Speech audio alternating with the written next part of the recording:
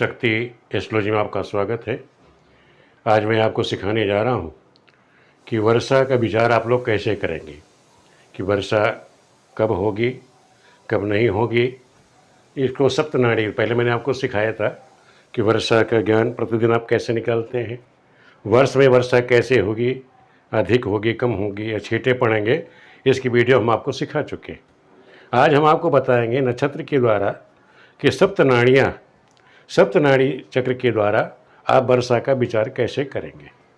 तो क्योंकि आप नक्षत्रों के द्वारा निकालना सीख जाओगे तो आपको आसान रहेगा कि वर्षा का आप विचार कैसे करेंगे, कि वर्षा कब हो रही है, तेज़ हवाएं कब चलेंगी, तूफान कब आने वाला है, या गर्मी कब पड़ रही है, तो किस दिन में क्या स्थिति बनेगी, उसे हम ग्रहों के द्वारा उन ग्रहों के नक्षत्रों में क्या स्थिति पड़ती है उसका हमें विचार करना है। तो आज हम इसी बात पर चर्चा करेंगे कि वर्षा का विचार। आप लोग ध्यान दीजिए कि आज हम बताएंगे आपको कि सप्तनाड़ी चक्र के द्वारा वर्षा का विचार हम करेंगे। सप्तनाड़ी चक्र आप लोग बना लीजिएगा, इस तरह से बना लेना। पहले संज्ञा यानी उसकी संज्ञा क्या है, नक्षत्र में जो सप्तनाड़ियाँ हैं उनके नाम क्या है, संज्ञा तो नाम, सप्तनाड़ियों के जो नाम हैं वो आप लिख लेना।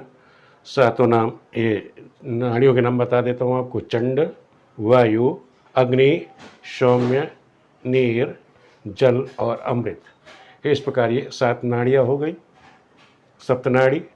और इनके स्वामी, फिर एक चार्ट कॉलम बनाएंगे आप। इनके स्वामी यानी चंड के स्वामी शनि है, वायु का सूर्य है, अग्नि का मंगल है, सौम्य का गुरु है, नीर के शुक्र, जल का स्वामी बुध है और अमृत का स्वामी चंद्रमा है। इस तरह से जो नाड़ियाँ हैं उनकी नाम लिख लीजिएगा। फिर उनका जो स्वामी क्या है वो हमने डाल दिए। फिर हमें देखना है कि इनके नक्षत्र क्या हैं। तो नक्षत्र आप क्या करोगे कि जैसे सप्तनाड़ी हमने लिख दी, चंड, वायु, अग्नि, सौम्य, नीर, जल, अमृत। अब क्रम से कृतिका नक्षत्र से आप लिखना शुरू करोगे। पहले कृतिका, रोहिणी, ये लिखना मैंने, कृतिका, रोहिणी, मृगशिरा, आद्रा, पुनर्वसु, पुष्य, श्लेखा, मघा, पूर्वा, फाल्गुनी, उत्तरा फाल्गुनी, हस्त, चित्रा, स्वाति, विशाखा, अनुराधा, ज्येष्ठा, मूल, पूर्वाखाट, उत्तराखाट, अभिजित, श्रवण, धनिष्ठा, शतभिक, पूर्वा भाद्रपद, उत्तरा भाद्रपद, रेवती, अश्विनी, भरणी। इसी तरह क्रम से आप लिखोगे, कृतिका से शुरू करके अभिजित लेकर के ये 28 नक्षत्र हो गए। और सब में देखेंगे आपके ये 4-4 नक्षत्र सबके आ जाएंगे, 1 2 3 4। हर पंक्ति में ये 4-4 नक्षत्र इस तरह से ये विभाजित हो जाएंगे। तो हर नाड़ी में 4 नक्षत्र होंगे। और इन नाड़ियों में वर्षा का आप विचार कैसे करोगे, यही हम आज आपको सिखाने जा रहे हैं। तो इसका फल क्या होगा, मान लो कि उस दिन चंड नाड़ी है। चंड नाड़ी कैसे समझा आपने कि चंड नाड़ी जिसका स्वामी शनि है, इसके नक्षत्र कौन है, कृतिका, माघा, अनुराधा, धनिष्ठा। इन 4 नक्षत्रों में यदि सभी शुभ ग्रह या पाप ग्रह, ज़्यादा से ज़्यादा ग्रह इन नक्षत्रों में पड़ जाएं, कृतिका, माघा, अनुराधा, धनिष्ठा में पड़ जाएं, यानी चंड नाड़ी में पड़ जाएं ग्रह, तो क्या होगा, तभी समझ लेना आंधी, तूफान और तेज़ हवाएं चलेंगी। क्या आएगा, आंधी आएगा, तूफान आएगा और तेज़ हवाएं चलेंगी। पुनः समझ लीजिए, मान लो जैसे वायु नाड़ी है। वायु नाड़ी कैसे समझोगे आप कि उस दिन अगर रोहिणी नक्षत्र है, पूर्वा फाल्गुनी है, ज्येष्ठ है, शतभिक नक्षत्र, ये 4 नक्षत्र हो, इन 4 नक्षत्र में ही सबसे ज़्यादा ग्रह बैठी हों, वो चाहे शुभ हो या पाप ग्रह हो, लेकिन ग्रहों की संख्या ज़्यादा है। तो उस दिन समझ लेना कि तेज हवा चलेगी। उस दिन क्या होगी, तेज हवा, तूफान तो नहीं कह सकते लेकिन तेज हवाएं चलेंगी। पुनः नेक्स्ट समझ लीजिए, अग्नि का स्वामी, अग्नि नाड़ी का स्वामी कौन है, मंगल। उसके नक्षत्र हैं मृगशिरा, उत्तरा फाल्गुनी, मूल और पूर्वा भाद्रपद। मान लो ये मृगशिरा है, उत्तरा फाल्गुनी नक्षत्र है, मूल नक्षत्र है, पूर्वा भाद्रपद नक्षत्र है। इनमें सबसे ज़्यादा शुभ ग्रह बैठ जाएं। अब इसमें मैं आप कह दे सकते हो जैसे शनि है, सूर्य है, मंगल बैठ जाते हैं, तो क्या होगा, गर्मी अधिक होगी और आग का झड़ना हो जाएगा, आग भड़कती है, बिजली गिरती है। तो इसमें ध्यान रखो, इसमें अगर ये पाप ग्रह जैसा आपका शनि है, सूर्य है, मंगल, ये ग्रह बैठ जाए, शुभ ग्रहों की कमी हो, यानी जितने समय लोग पाप ग्रहों की ज़्यादा हो जाए, शुभ ग्रह कम हो जाए, तब इस तरह की दिक्कतें बढ़ जाएंगी। क्या होगा? अधिक गर्मी पड़ेगी, बिजली गिरेगी और आग का भड़कना, इस तरह के योग बनते हैं। नेक्स्ट सौम्य है। सौम्य का स्वामी कौन है? बृहस्पति। सौम्य नाड़ी का स्वामी कौन है? गुरु है। इसके नक्षत्र कौन से हैं? अद्रा है, हस्त है, पूर्वाखाड़ है, उत्तराभाद्रपद है। मान लो ये चारों नक्षत्र हैं, अद्रा, हस्त, पूर्वाखाड़, उत्तराभाद्रपद, ये नक्षत्र है। इनमें शुभ ग्रह ज़्यादा बैठ गई। शुभ ग्रह आप जानते हैं, मान लो चंद्रमा है, बुध है, गुरु है, शुक्र, ये बैठे हुए हों, पाप ग्रहों की संख्या कम हो, तो क्या होगा कि संतुलित गर्मी और वर्षा होगी। संतुलित वर्षा और संतुलित ही गर्मी पड़ेगी। अगर ये सौम्य नक्षत्र है और उसमें सभी ग्रह बैठ जाएं, यानी जितनी ज़्यादा से ज़्यादा ग्रह बैठ सकती हैं, 9 ग्रहों में 5-6 ग्रह अगर बैठ जाती हैं नक्षत्रों में, वो क्या नाड़ी सौम्य होगा, उसमें क्या संतुलित गर्मी और संतुलित वर्षा होगी। नेक्स्ट समझ लीजिए, नीर। नीर का स्वामी कौन है? शुक्र। नाड़ी कौन सी हो गई हमारी संज्ञा? नीर। उसका स्वामी शुक्र है। इसके नक्षत्र हैं पुनर्वसु, चित्रा, उत्तराखाड़ और रेवती। मान लो पुनर्वसु, चित्रा, उत्तराखाड़, रेवती नक्षत्र है। इसमें शुभ ग्रहों की ज़्यादा संख्या हो गई, इसमें शुभ ग्रह ज़्यादा बैठे हुए हैं, तब क्या होगा? बादल घिरते रहते हैं। यदि नहीं कोई भी ग्रह बैठे, चाहे शुभ ग्रह हो, पाप ग्रह नहीं कि शुभ ग्रह ही बैठे हों, शुभ ग्रह, पाप ग्रह, कोई भी ग्रह बैठे हों, जितने ज़्यादा ग्रह इसमें बैठेंगी चारों नक्षत्रों में, तो समझ लो बादल घिरे रहते हैं। तो इसमें शुभ या पाप ग्रह नहीं देखी जाती। इन नक्षत्रों में ये देखा जाता है जितने ज़्यादा से ज़्यादा ग्रह बैठे हों, चाहे वो शुभ ग्रह हो या पाप ग्रह, जितने से ज़्यादा ग्रह बैठेंगे तो इस तरह का वो फल देंगे। नेक्स्ट समझ लीजिए, जल। जल का स्वामी बुध है। बुध का नक्षत्र के स्वामी पुख। नक्षत्र कौन कौन से? पुख, स्वाति, अवजित और अश्वनी। ये तो चारों नक्षत्र हैं। मान लो ये चारों नक्षत्र हैं, इनमें ग्रहों की संख्या ज़्यादा हो गई जिस दिन, उस दिन समझ लो कि वर्षा होती है, उस दिन वर्षा अवश्य होगी। जिस दिन भी ये नक्षत्र हो गए स्वाति, पुख, स्वाति, अभिजित नक्षत्र, इन नक्षत्रों में जिस दिन ज़्यादा से ज़्यादा ग्रह बैठ जाएंगे, उस दिन वर्षा होगी। लास्ट समझ लीजिए, अमृत योग। अमृत नाड़ी जो है, जिसका स्वामी चंद्रमा है, ये ध्यान रखो, जैसे जल है, जल में अकेला ये जो नक्षत्र थे चारों, इस नक्षत्रों में अगर चंद्रमा अकेले भी बैठ जाए तब भी वर्षा होगी।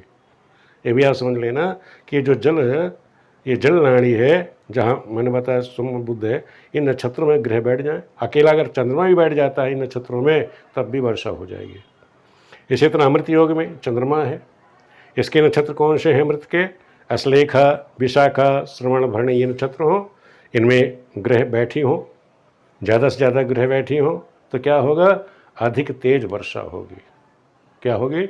अधिक तेज वर्षा होगी। ये तो हो गया नाड़ी के अनुसार। अब हम आपको पूर्ण ज्ञान देते हैं कि आप विचार कैसे करेंगे, इसको हम आपको बता देते हैं कि आप लोग इस तरह से देख लिया, लेकिन इसके जो मेन सूत्र हैं उसे आप नोट कर लेना कि जैसे अमृत नाड़ी है, अमृत नाड़ी में चंद्रमा कई ग्रहों से युक्त हो। जैसे मैंने बताया कि अमृत नाड़ी कौन सी है? अमृत नाड़ी का स्वामी कौन है? चंद्रमा है। और इन नक्षत्रों में श्लेखा, विशाखा, श्रवण, धनिष्ठा में चंद्रमा अधिक ग्रहों के साथ बैठा हो। मैंने बताया चंद्रमा जो है अधिक ग्रहों के साथ इसमें बैठ जाए, क्योंकि इस नाड़ी का स्वामी कौन है? चंद्रमा। जिस नाड़ी का स्वामी है उसमें चंद्रमा बैठा हुआ, चंद्रमा के साथ और भी ग्रह बैठ जाएं, ग्रहों से युक्त हो, तो कई दिनों तक वर्षा होगी। ये समझ लो कि ये नक्षत्र हो और चंद्रमा के साथ ग्रह बैठ जाए इन्हीं नक्षत्रों में, उस समझ लो कि कई दिनों तक वर्षा होती है। जहाँ लिखा कि अधिक वर्षा होती है, लेकिन चंद्रमा के साथ कई ग्रह बैठ जाएंगे तो कई दिनों तक वर्षा होगी। दूसरा सूत्र आप लोग नोट कर लीजिए, अमृत है जल और नीर नाड़ियों में। अमृत, जल और ये नीर, जिसके स्वामी शुक्र, बुध और चंद्र हैं, इन नाड़ियों में सभी ग्रह हों। सभी ग्रह समझ गए, ये नाड़ियाँ हैं तो इनके नक्षत्र ये सभी हो गए। पुनर्वसु, चित्रा, उत्तराखाड़, रेवती, पुष्य, स्वाति, अभिजित, अश्वनी, अश्लेखा, विशाखा, श्रवण और भरणी, ये नक्षत्र हो गए। इन नक्षत्रों में यदि सभी ग्रह आ जाएं, इन्हीं नक्षत्रों में जिस दिन सभी ग्रह आ जाएंगे तो क्या होगा? तो हफ्ते भर तक वर्षा होती है। जैसे बारिश बंद नहीं होती, हफ्ते भर लगातार वर्षा हो रही है। तो क्या योग होता है कि ये जो नीर, जल और अमृत जो नाड़ियाँ हैं, जिनके स्वामी बुध, शुक्र, चंद्रमा हैं, ये तो इन नक्षत्रों में बैठे ही रहते हैं। इनके साथ सभी ग्रह आ जाते हैं, तब वो क्या होती है कि हफ्तों वर्षा चलती रहती है। नेक्स्ट सूत्र समझ लीजिए। अगर सूर्य व मंगल एक नक्षत्र में एक साथ हो, मान लिया जैसे चंड नाड़ी है, शनि इसका स्वामी है, इसके स्वामी और नक्षत्र कौन से कि कृतिका, मघा, अनुराधा, धनिष्ठा, ये नक्षत्र है मान लिया। और एक ही नक्षत्र में मान लो कृतिका नक्षत्र है, इसी में सूर्य मंगल बैठ जाए, चंड योग हो गया, और यहाँ पे सूर्य मंगल बैठ जाए, एक ही नक्षत्र सूर्य मंगल हो, तो क्या होगा, मामूली वर्षा होगी। तो क्या होगी, अगर एक ही नक्षत्र में बैठ जाते हैं, चाहे वो सूर्य का नक्षत्र है, जैसे सूर्य जिसमें नक्षत्र है, एक ही नक्षत्र में यहाँ सूर्य मंगल बैठ जाते हैं किसी में, तो क्या होगी, उस दिन मामूली वर्षा होगी। और मंगल सूर्य से आगे हो, और किसी नक्षत्र में देखा आपने कि जैसे मंगल जो है सूर्य से आगे हो जाए, मान लो सूर्य इस नक्षत्र में है, मंगल उसके अगले नक्षत्र में बैठ जाए, उससे आगे हो जाए, तो सूखा पड़ जाता है। पुनः समझ लीजिए कि मान लिया सूर्य रोहिणी नक्षत्र में है और मंगल पूर्वा फाल्गुनी नक्षत्र में पहुंच जाए, यानी सूर्य से मंगल आगे पहुंच जाए, तो समझ लेना सूखा पड़ेगा, फिर वर्षा नहीं होगी, क्या होगा, सूखा पड़ जाएगा। तो इस प्रकार से हम लोग क्या है, वर्षा का ज्ञान प्राप्त करते हैं कि वर्षा कब होगी, कब नहीं होगी। इसके बारे में मैंने आपको बताया कि आप लोग सप्तनाड़ी के द्वारा, इस सप्तनाड़ी के द्वारा वर्षा का विचार कैसे करेंगे। पुनः आप लोगों को कोई समझ नहीं आई तो कमेंट करके पूछ सकते हैं। मैंने सप्तनाड़ी बनाई, सप्तनाड़ी चक्र बनाया, उसमें नाम संज्ञा, इसमें ये नाड़ियाँ, सप्तनाड़ी कौन कौन सी है, चंड, वायु, अग्नि, सोम, नीर, जल और अमृत, ये नाड़ियाँ हो गई। इनके स्वामी हो गए शनि, सूर्य, मंगल, गुरु, शुक्र, बुध, ये इस तरह सब नोट कर लेना। और इनके सभी के नक्षत्र मैंने बताया, जैसे चंड है, कृतिका से आप लिखना शुरू करेंगे तो कृतिका, रोहिणी, मृगशिरा, इस तरह क्रम से आप अभिजित नक्षत्र से लेकर के लिखेंगे, तो हर पंक्ति में आपके ये 4-4 नक्षत्र इस प्रकार से आ जाएंगे। हर नाड़ी में 4-4 नक्षत्र। उसमें क्या देखा जाता है कि मान लो चंड नाड़ी है, और इसके जो नक्षत्र हैं कृतिका, मघा, अनुराधा, धनिष्ठा है, ये नक्षत्रों जो सभी ग्रह बैठ जाए, जो शुभ ग्रह है चाहे पाप ग्रह, वो सब इन नक्षत्रों में बैठ जाएं, तो क्या होगा, उस दिन आंधी तूफान आएगा, तेज हवाएं चलेंगी। दोबारा समझ लीजिए। इसी प्रकार वायु नाड़ी में जिसका स्वामी सूर्य है, यहाँ जो वायु नाड़ी है, जिसके नक्षत्र रोहिणी, पूर्वा, फाल्गुनी, ज्येष्ठा, शतभिखा है, इन नक्षत्रों में यदि सभी ग्रह बैठ जाती हैं या ज़्यादा से ज़्यादा नक्षत्र वो ग्रह बैठ जाते हैं, उस दिन क्या है, तेज हवाएं चलेंगी। ये मैंने आपको इस तरह से सबके आगे क्या किसका क्या फल है।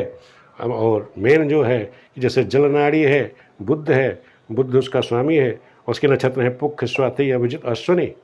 इन नक्षत्रों में अगर सभी ग्रह बैठ जाती हैं तो वर्षा होगी, या इन नक्षत्रों में अकेला चंद्रमा भी बैठा है तब भी वर्षा होगी। और अमृत योग में चंद्रमा है, और चंद्रमा के साथ चंद्रमा के जो नक्षत्र हैं श्लेखा, विशाखा, श्रवण, धनी, भरणी, इन नक्षत्रों में सभी ग्रह बैठी हों या चंद्रमा के साथ ग्रह बैठे हों तो अधिक वर्षा होती है, कई हफ्ते तक वर्षा चलती रहती है। फिर बताया गया था कि जैसे ये नीर, जल, अमृत ये नक्षत्र हैं, इनके नक्षत्रों में सभी ग्रह आ जाएं तो कई हफ्तों तक वर्षा चलती रहती है। तो इस तरह मैंने आपको वर्षा के बारे में बताया। इस तरह आप लोग वर्षा का विचार करना सीखिए। यदि कहीं किसी प्रकार की कोई दिक्कत परेशानी है, कमेंट करके आप लोग हमसे पूछ सकते हैं। भीड़ इसी तरह वर्षा ज्ञान के लिए मैंने आप लोगों को 2 वीडियो के द्वारा समझा दिया कि नाड़ी के द्वारा आप लोग कैसे देखेंगे, और पहले भी बता दिया था कि आप लोग गणना के द्वारा कैसे निकालोगे, वो भी आपको बता रखा है कि प्रतिदिन वर्षा और वर्ष में वर्षा का ज्ञान कैसे होगा, यानी सूर्य के नक्षत्र से लेकर चंद्र के नक्षत्र तक रोहिणीवास के द्वारा आपको हमने वर्षा के बारे में बताया था। तो ये दोनों विधियाँ हैं, नाड़ी के द्वारा, सप्तनाड़ी, और रोहिणी चक्र के द्वारा वर्षा का ज्ञान किया जाता है। आप लोगों को वीडियो कैसे लगी कमेंट करके अवश्य बताइएगा। वीडियो देखने के लिए आप सभी मित्रों का बहुत बहुत धन्यवाद।